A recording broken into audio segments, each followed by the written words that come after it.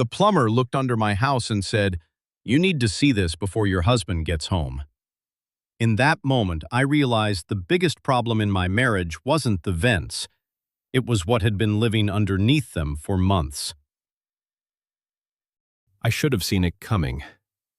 My name is Dana Hollowell. I'm 39.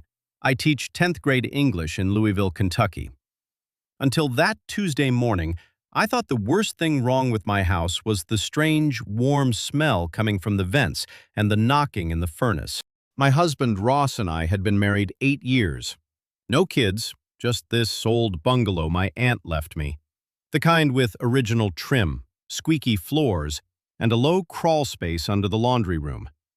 Ross always hated going down there. He said it smelled like dirt and dead years.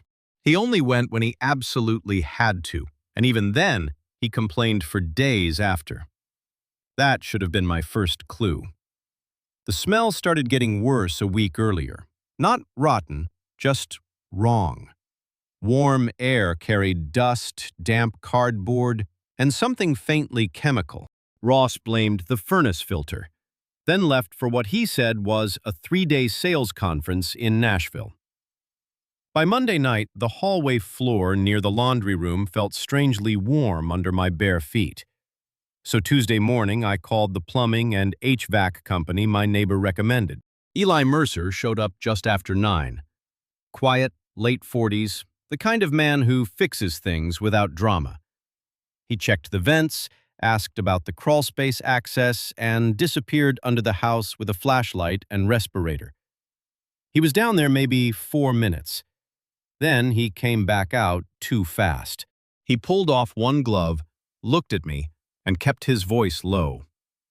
"Ma'am, before I touch anything else, you need to come look at this." I thought mold, cracked foundation, maybe rats. I knelt beside the open hatch in my cardigan and house slippers, heart already beating faster. The flashlight beam lit up a folded blanket, a battery lantern that was still on, a plastic crate of canned food and water bottles, a woman's cardigan hanging neatly from a nail in the floor joist, a cheap phone charger plugged into an extension cord I didn't recognize, and against the far wall, half hidden behind ductwork, a narrow sleeping pad with a floral pillow. It wasn't random junk. Someone had made it livable. They'd even run a second extension cord from an inside outlet through a drilled hole that had been poorly patched from above. The vent screen at the back foundation was loose, screws removed and replaced many times. Small footprints in the dirt. A coffee cup with liquid still warm inside. Someone had been living under my house, and they had been coming and going from inside the house. I pulled back so fast, I hit the dryer. Eli didn't panic. He just said carefully, "Someone has definitely been staying here. Long enough to make it functional, sleeping pad, power, food stash, even a lantern for when the house lights are off upstairs." That detail hit hardest. The lantern was still on. It meant recent use. It meant they planned to come back. I should have called the police right then. Instead, I stood there, pressing my hands against the dryer, the room suddenly too bright, too exposed. Ross called at 1:14 p.m., right on his usual schedule. "Hey babe, how's the house?" I stared at the crawlspace hatch. "The plumber found a problem," I said quietly. A short beat. "What kind of problem?" "Come home, Ross." He arrived at 5:40 p.m., way too fast for Nashville traffic. Way too fast for someone who was supposed to be 3 states away in the middle of a conference. That was the moment everything clicked into place. My stomach dropped so hard I had to lean against the wall. He wasn't rushing back because he cared. He was rushing back because he already knew something was wrong under our floor. He walked in trying to look confused, duffel bag in hand. What happened?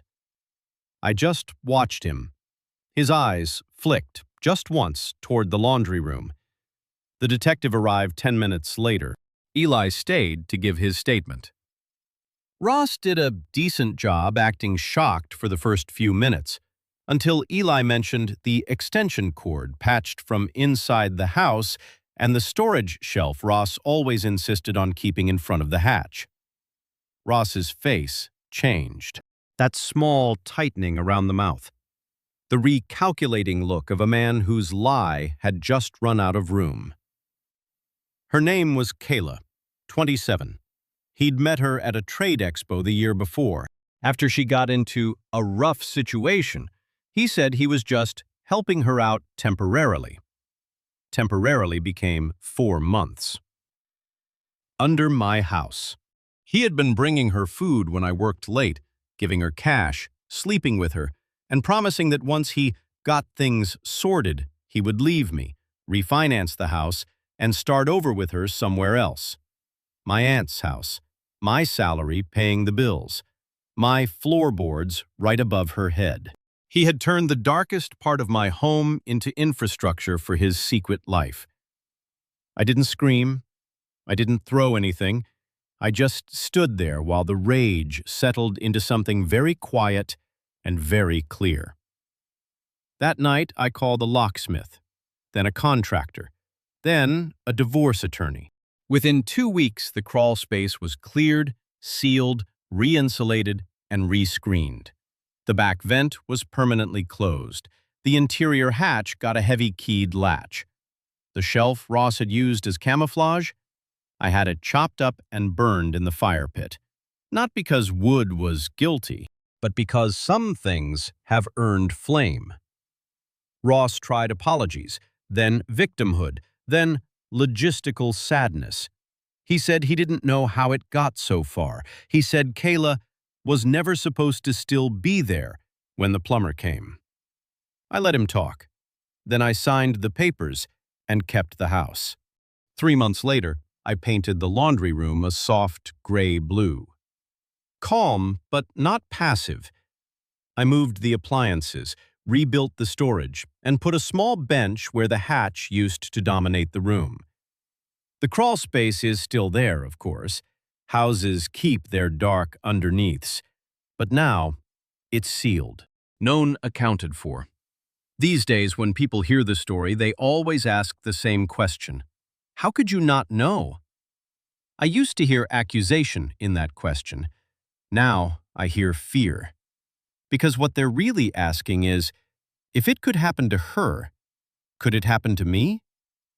And the honest answer is yes. Not because you're foolish, but because trust isn't foolish. Until the wrong person learns how to live inside it without ever being seen. I still teach English. My students still fake having read the chapter. Old houses still creak at night. And every time I smell clean furnace air in winter, I think of the morning a plumber crawled out from under my house and chose to tell me the truth before my husband got home.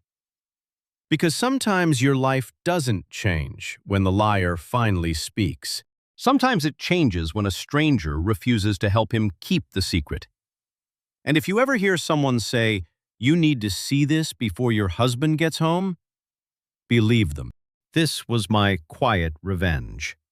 Not loud, not dramatic, but on the version of me who trusted too quietly and looked away too long.